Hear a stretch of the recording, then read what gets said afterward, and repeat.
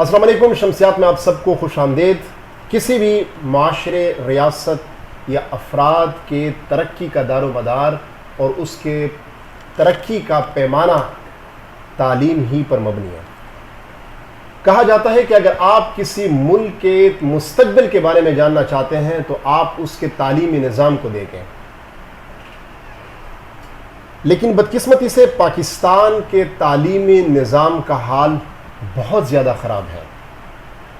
آج ہم تعلیم کے موضوع کے اوپر بات کریں گے. پاکستان کے تعلیم کی مستقبل اور آنے والے نسل کے لیے ہم کیا چھوڑ کے جا رہے ہیں، اس کے بارے میں آج ہم انشاءاللہ آپ کے ساتھ تفصیلی گفتگو کریں گے. ہمارے آج کے پروگرام کے مہمان جو کہ کسی تعارف کے محتاج نہیں، ایجوکیشن فیلڈ میں پچھلے 12 سالوں سے لگے ہیں اور وہ فاؤنڈر اور ڈائریکٹر دانش پبلک اسکول کے. سر عبداللہ، آپ کو میں بہت بہت خوش آمدید کہتا ہوں. Thank you sir.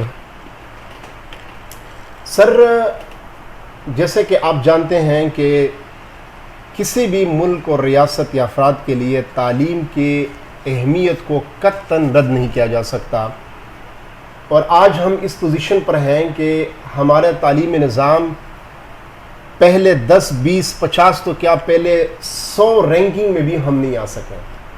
اگر آپ دیکھیں دنیا کی طرف ترقی یافتہ جتنے بھی ممالک ہیں، آپ ان کی مثال لے لیں. یونائٹڈ اسٹیٹ ہے، یونائٹڈ کنگڈم ہے، اٹلی ہے، اسپین ہے، نیدرلینڈ ہے، فن لینڈ ہے، جاپان ہے. انہوں نے ابھی بھی تعلیمی نظام کو بہتر بنانے کے لیے جو اسٹریٹجیز اپنائی ہیں وہ شاید ہم سے بہت زیادہ بہتر ہیں. سر، آپ پاکستان کے تعلیمی نظام کو کس اینگل سے دیکھتے ہیں؟ سب سے پہلے تو پوری شمسیات کی ٹیم کا میں شکریہ ادا کرتا ہوں جنہوں نے مجھے اس قابل سمجھا کہ مجھے اب اس مخصوص پروگرام میں، جو کہ بہت اہم موضوع ہے، اس میں مجھے انوائٹ کیا. اس پر میں بہت شکریہ ادا کرتا ہوں پوری مینجمنٹ کا. سر، دراصل بات یہی ہے کہ دیکھیں تعلیم کی جو اہمیت ہے وہ اہمیت ہم ان کو نہیں دے رہے.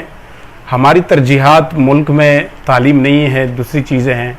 ہم تعلیم کو ضرورت نہیں سمجھتے. تعلیم ہم صرف ایک کاروبار کے طور پر لے جاتے ہیں، یا ہم ان کی اہمیت، جو ان کی امپورٹنس ہے، آج تک ہم نے ان کو نہیں دی ہے. میں سمجھتا ہوں کہ سب سے جو ٹاپ پریارٹیز ہے وہ کسی ملک کا، وہ ایجوکیشن ہونا چاہیے، جو کہ بدقسمتی سے یہاں پر وہ نہیں ہے. ٹھیک. سر، تعلیمی پالیسیاں اس ملک میں بھی بنتی ہیں اور باقی ترقی یافتہ ممالک میں بھی پالیسیاں بنتی ہیں اور پالیسیاں ختم بھی ہوتی ہیں، اور کوئی بھی ادارہ یا ملک اس پالیسیوں کے امپلیمنٹیشن کے بعد ہی کوئی نتیجہ دے سکتا ہے. سر، ہمارے ہاں جو ملک میں پالیسیاں بنتی ہیں اور یہ ترقی یافتہ ممالک جنہوں نے تعلیم میں اپنا مقام پیدا کیا ہے، ان کی تعلیمی پالیسیاں بنانے میں کیا فرق ہے؟ بنیادی فرق کیا ہے اس میں؟ سر، دیکھیں بیسک بات یہی ہے کہ ترقی یافتہ جو ممالک ہیں وہ سب سے پہلے پالیسی بناتے ہیں. امپلیمنٹیشن تو اس کے بعد کی بات ہے. یہاں ہمارے ملک کی بدقسمتی یہی ہے کہ ایک تو پالیسی راتوں رات بنتی ہے اور وہ سال چلے، مہینہ چلے، جتنے دیر تک چلے جب تک ان کی حکومت ہے، جس پولیٹیکل پارٹی کی ہے، تو وہ پالیسی کارآمد ہے. جس دن ان کی حکومت ختم ہوئی تو وہ چاہے بہت ہی اہم پالیسی کیوں نہ ہو، ان کو ردی کی ٹوکری میں پھینکا جاتا ہے اور وہ پالیسی اس دن سے ناکارہ بن جاتی ہے. تو پالیسیز جو ایجوکیشن کے لیے ہے ترقی یافتہ ممالک میں، وہ رد نہیں کر سکتے. اگر کوئی پوری مینجمنٹ چینج ہو جائے، حکومت چینج ہو جائے، وہاں وہ پالیسی پھر بھی ان پر عمل کرتے ہیں. پاکستان میں بدقسمتی سے ان پچھلی حکومت کے تمام پالیسیوں کو رد کیا جاتا ہے اور نئے شروع سے پھر پالیسی بناتے ہیں، جس کا ہمیں نقصان اٹھانا پڑ رہا ہے. اچھا، یعنی آپ کا کہنا یہ ہے کہ وہاں پہ جب پالیسی بنتی ہے تو پالیسی کے اوپر ٹائم بھی ڈیفینیٹلی زیادہ لگتا ہے اور ان کا ایک میکینزم بھی ہوتا ہے امپلیمنٹیشن کے لیے، اس کے پاس پروسیجر بھی ہوتا ہے، اور وہ کنسیکوینسز جو نتائج نکالنا چاہتے ہیں اس نتائج کے نکلنے تک اس کے لیے انتظار کیا جاتا ہے. جبکہ ہمارے ملک میں بدقسمتی سے پالیسی کو کسی کے جانے، یعنی سیکٹری آف ایجوکیشن کے جانے کے بعد، یا وزیر تعلیم کے جانے کے بعد، یا حکومت کے جانے کے بعد، ان کی جو پالیسی بنی ہوئی ہوتی ہے وہ اس کے ساتھ ہی ختم کی جاتی ہے، جو کسی ملک کے لیے ایک بہت بڑے نقصان کا سبب ہے۔ سر دیکھیں، پاکستان کے اندر ہمارے ہاں دو قسم کی خود مختاری ہے، ایک سسٹم جو وفاق کی طرف سے ہوتا ہے، فیڈرل کی طرف سے ہوتا ہے، اور ایک صوبائی خود مختاری ہوتی ہے جو مختلف ڈپارٹمنٹ میں ہمیں ملتی ہے۔ 18ویں ترمیم کے بعد صوبائی خود مختاری یعنی ایجوکیشن کے اندر بھی خود مختاری آ گئی، اور اسی طرح کچھ چیزیں ایسی ہیں کہ جو سینٹرل گورنمنٹ کے ساتھ یعنی فیڈرل گورنمنٹ کے ساتھ رہی ہے۔ سر ہمیں یہ بتائیے کہ اس سے جو 18ویں ترمیم کے بعد اس کی امپلیمنٹیشن کے بعد کیا یہ ایجوکیشن کے لیے فائدہ مند ہے یا نقصان دہ ثابت ہو سکتا ہے؟ میرے خیال میں تو یہی ہے کہ تعلیم ایک قومی ایشو ہے، قومی مسئلہ ہے، ان کا براہ راست تعلق وفاق کے ساتھ ہونا چاہیے تھا، ان کے لیے ہماری پالیسیز سیم ہونی چاہیے تھی، کوئی یہ نہیں کہ یہ فلاں صوبہ ہے تو یہ بہتر کام کر رہا ہے، نہیں، یہ ہماری وفاق کے ساتھ منسلک ہونی چاہیے تھی، اور وفاق ایک سٹینڈرڈ پالیسی، بہترین پالیسی بنا کر صوبوں کو اس کا پابند بناتے کہ اس کو آپ نے امپلیمنٹ کرنا ہے، اس پر آپ نے پورا اترنا ہے۔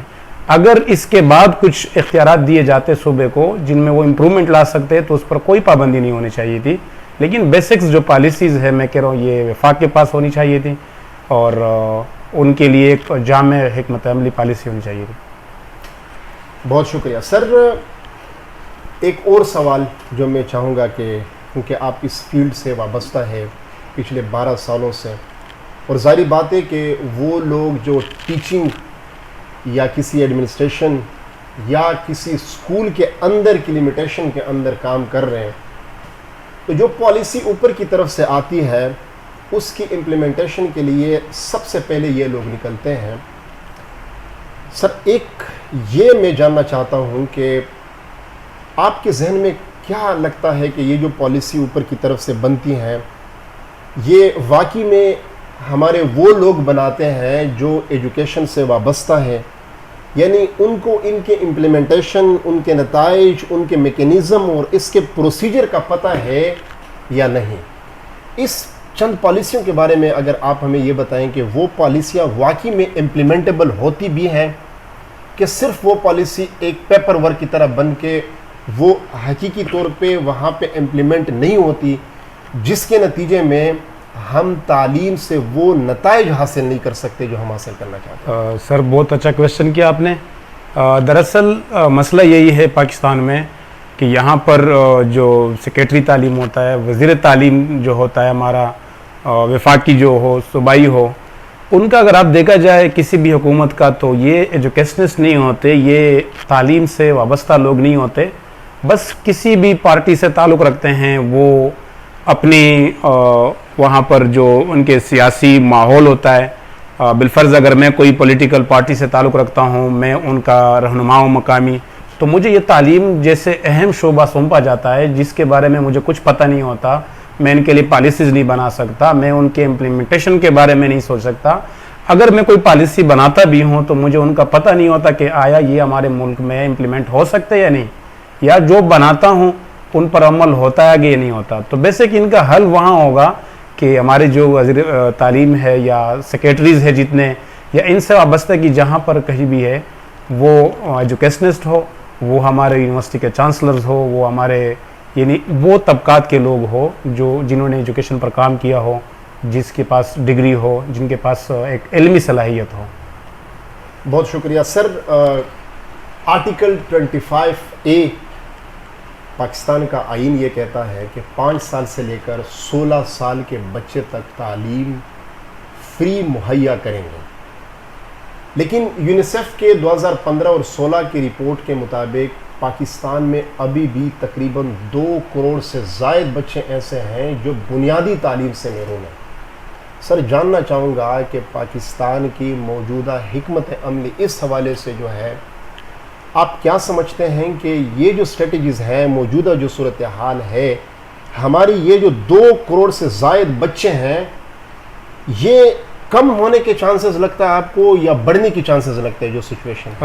میں تو سمجھتا ہوں کہ جو حالات چل رہے ہیں آج کل